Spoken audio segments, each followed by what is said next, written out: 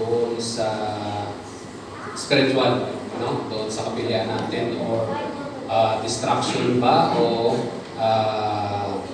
buhay na walang hanggan, sinasabi dito. So yun po, no? Doon tayo sa Galatian, ilan naman ito? Sinend ko yung binigay mo. Galatians 6, verse 6 to 10. Verse 10. So, basahin po siya. Nevertheless, the one who receives instruction in the word should share all good things with their instructor. Do not be deceived. God cannot be mocked. A man reaps what he sows. Whoever sows to please their flesh, from the flesh will reap destruction. Whoever sows to please the Spirit, from the Spirit will reap eternal life. So, dalawang bagay po, no? Yung ating pagtatanim. So, i-continue ko siya hanggang sa 10. Let us not become weary in doing good. For at the proper time we will reap a harvest if we do not give up. Therefore, as we have opportunity, let us do good to all people, especially to those who belong to the family of believers, o sa ating mga pamilya sa pananampalataya. So lahat po naman yan, ano, di ba, kahit sa labas, naniniwala sila, no, na they believe that they will, what they have, so they will reap, no, yung mga pinamumuhunan nila sa labas, naniniwala sila na ay magbabalik sa kanila ng maganda. Di ba nga, no, yung mga karma-karma, ganyan, no? Pero hindi naman natin yan kasi injustice sa Panginoon yan din. Maglayo ng maniwala doon. But even unbeliever, they believe na ano yung ginagawa nila ay magkakaroon ng benepisyo doon sa kanilang mga ginagawa. No? Outside world, di ba? Ito, gagawin ko to ng maganda sa kapwa ko, wala akong sasagasaan, ito po yung magbibenepisyo sa atin. Which is tama naman po yun, no? Dapat nga tayo, gumawa tayo talaga ng maganda sa ating kapwa, di ba? Para, siyempre, aanihin din natin yan. Kung tumutulong tayo sa ating kapwa, sigurado tutulungan din tayo niyan. Not 100%, but iba, itatanawin ng nila yun, yung mga ginawa natin sa kanila na magagandang bagay. But ang sinasabi kasi dito, sa 10, therefore, as we have opportunity, let us do good to all people. Sa lahat, no? Wala nang pinipili, hindi lang dito sa panambahan natin sa Kristiyano o kapwa natin Kristiyano, to all people. But ang sinasabi, especially, tumulong tayo sa labas, sa mga unbeliever, dapat nga, no? But kung may nangangailangan na mga kapatiran natin, especially, sinasabi dyan, to those who belong to the family of believers. So, para bang inuutos ng Panginoon sa atin na ang natanggap natin doon sa Kanya ay ipakita natin. No? Para bang itanim natin. Magtanim tayo doon sa loob ng panambahan ng Panginoon na hindi lamang na tayo ay nakarinig ng salita. Sabi ka dito, balikan natin sa 6, no? Nevertheless, the one who receives instruction in the Word of God, no? Yung mga nakarinig, kagaya natin, should share all good things, no? Kasama ng ating instructor, na ating ating Panginoong Hesus na doon ang gagaling yung mga salita na mga good things na mga salita. So, natin yun, ipakita natin yun, itanim natin yun. Kung may nangangailangan na ating mga kapatid, ay tulungan natin. Ito ay nagpapatunay na yung words na natanggap natin ay tinatanim natin in practice. Di po ba? So, yun po, no? Kasi do not be deceived. God cannot be mocked. So, kasi yung mga ginagawa natin, hindi man nakikita ng ating mga kasama yan o fellow unbeliever, but God see that. No? Nakikita ko ng Panginoon yun, kaya God cannot be mocked. A man reaps what he sow. Tama naman po yun, no? Kung ano po yung ating mga tinatanim, exactly yun po yung ating aanihin. So dalawa po, no? Kapilian, no? Kasi nga, whoever sow to please their flesh from the flesh will reap destruction. So, di ba, kung tayo po ay magtatanim or pipiliin natin yung ating laman, wala naman pong ano dyan, wala naman pong problema ang Panginoon dyan. Kasi nga, no, meron tayong kapilian. But clear enough na itong passage na to, na sinasabi ng Panginoon, kung ikaw ay tatanim doon sa iyong sarili, in the flesh, you will reap destruction or kamatayan. So simple lang, hindi naman siya ano. So whoever sow to please the Spirit, from the Spirit will reap eternal life. Kasi po no, yung Espiritu, yung pong nagbibigay ng buhay sa atin. So amen po. So let us not become weary in doing good. At the proper time, we will reap the harvest if we do not give up. So gumawa po tayo ng magandang bagay. No? Sa labas, especially dito sa loob ng pamamahay ng ating Panginoon. Dahil po yan ay nakikita ng Panginoon. Kasi baka baka doon ka lang or doon lang tayo gumagawa ng magandang bagay sa labas, but in the field of believers, hindi na natin ito pinapractice yung ginagawa na tulungan. Hindi lang naman kasi financial yan eh. Comfort, di ba? Yung advice, di ba? Dapat natin i-practice yun. Di ba? Word of God. Kasi nga, no, sabi doon na i-share natin, no, sa 6, no, i-share natin yung natanggap natin sa Panginoon. So, kung may nangangailangan na magiging weak yung kanyang pananampalataya, so share the good things of God para siya ay ma-lift up.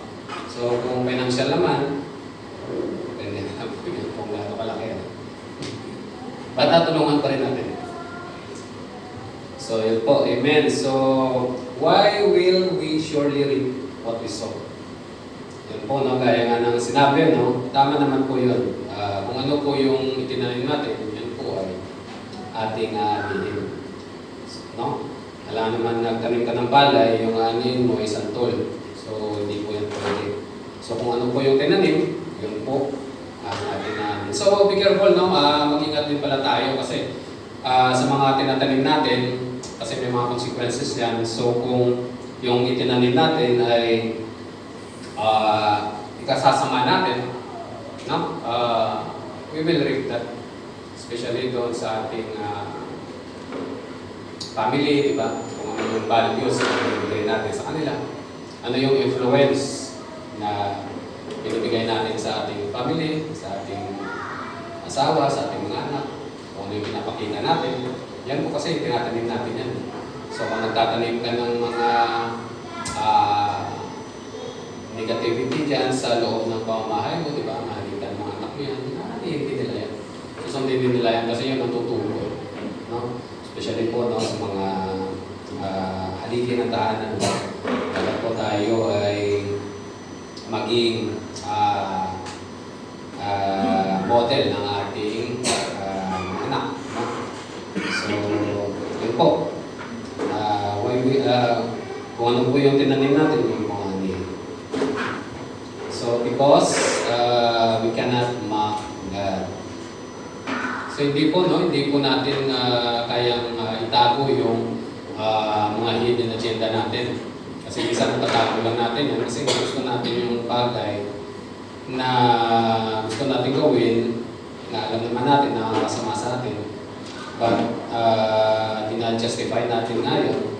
So, hindi tayo doon nag-iingat sa ating pagtatanim. So, aanin po natin yun.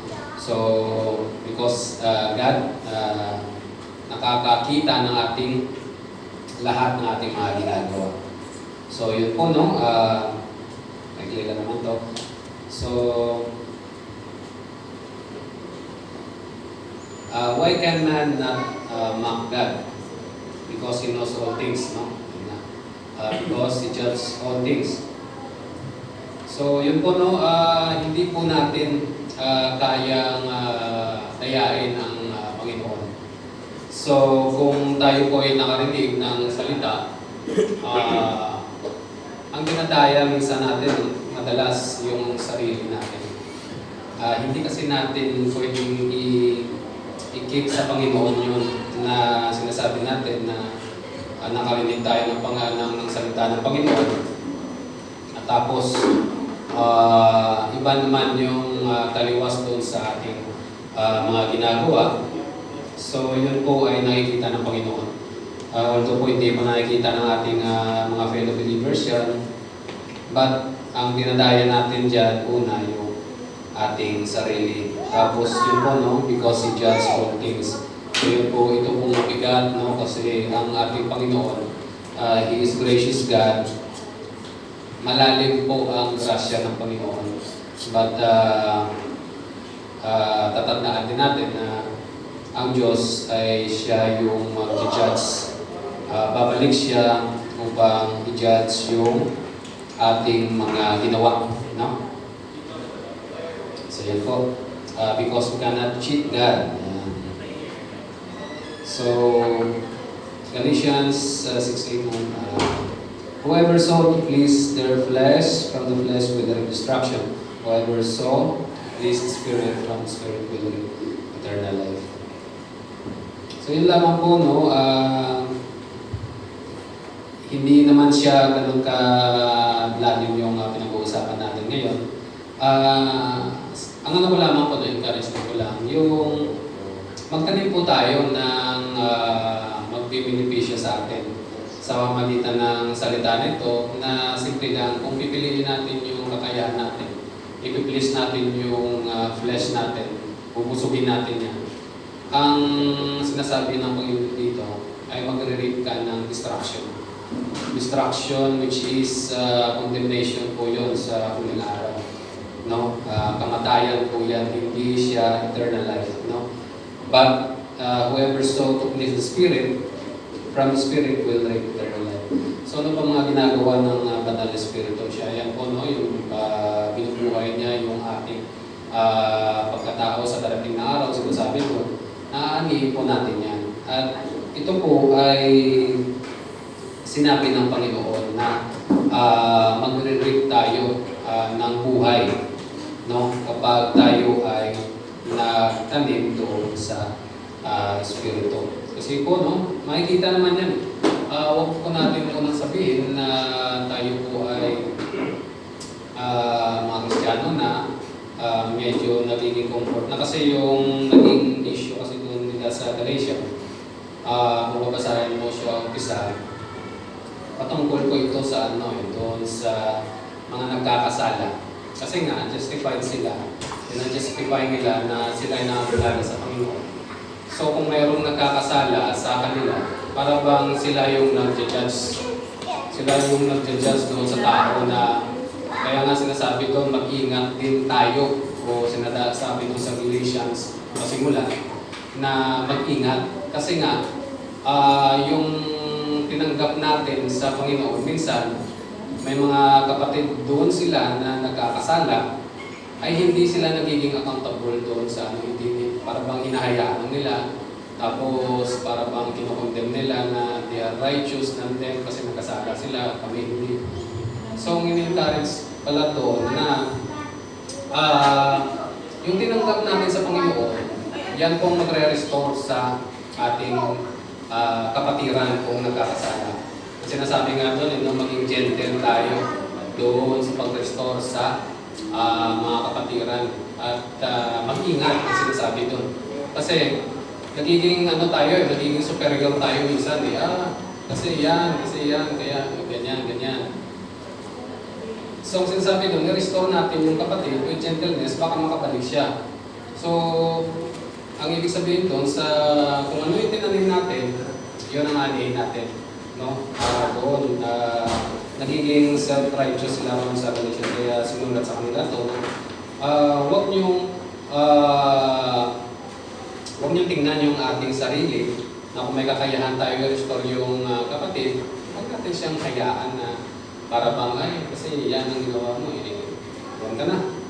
Parang ganun. So, delikado po yun kasi warning po yun doon sa Galatians na yung mga kapatiran doon, yung ginagawa nila, instead na i-restore nila, tulungan nila, ang tingin nila sa sarili nila is there is something special to them na parang ayaw nilang abutin kasi nga doon sa natangkap nilang salita, akala nila safe na sila. So, yun po, no? So, ang sinasabi na magtanim tayo kung anong narinig natin, tanim natin yun. Sa labas, especially dito sa loob ng panambahan. Ano? Kung mayroong nagkakasala o nakita natin, maging accountable tayo doon sa mga kapatiran natin. Tulungan natin restore. Huwag natin hayaan na parang wala tayong accountability. Kasi nakikita ng Panginoon yun. Dahil sabi nga, akala mo sarili mo, siya ka, ba't nakikita ng Panginoon na hindi mo na pala nagawa yung part natin na para restore yung kapatiran. So, nagiging distraction po sa kanila yun. Nagiging distraction. So, yun po lamang. Kung ano po yung ating pinalim, yun po yung ating pinalim. So, salamat po.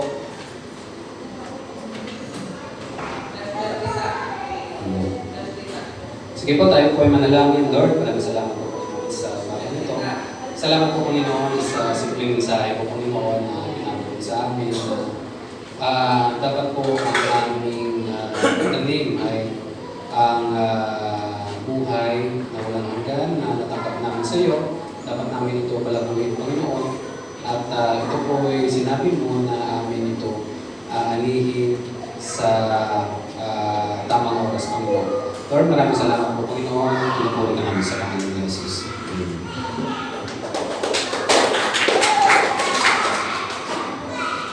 Amen.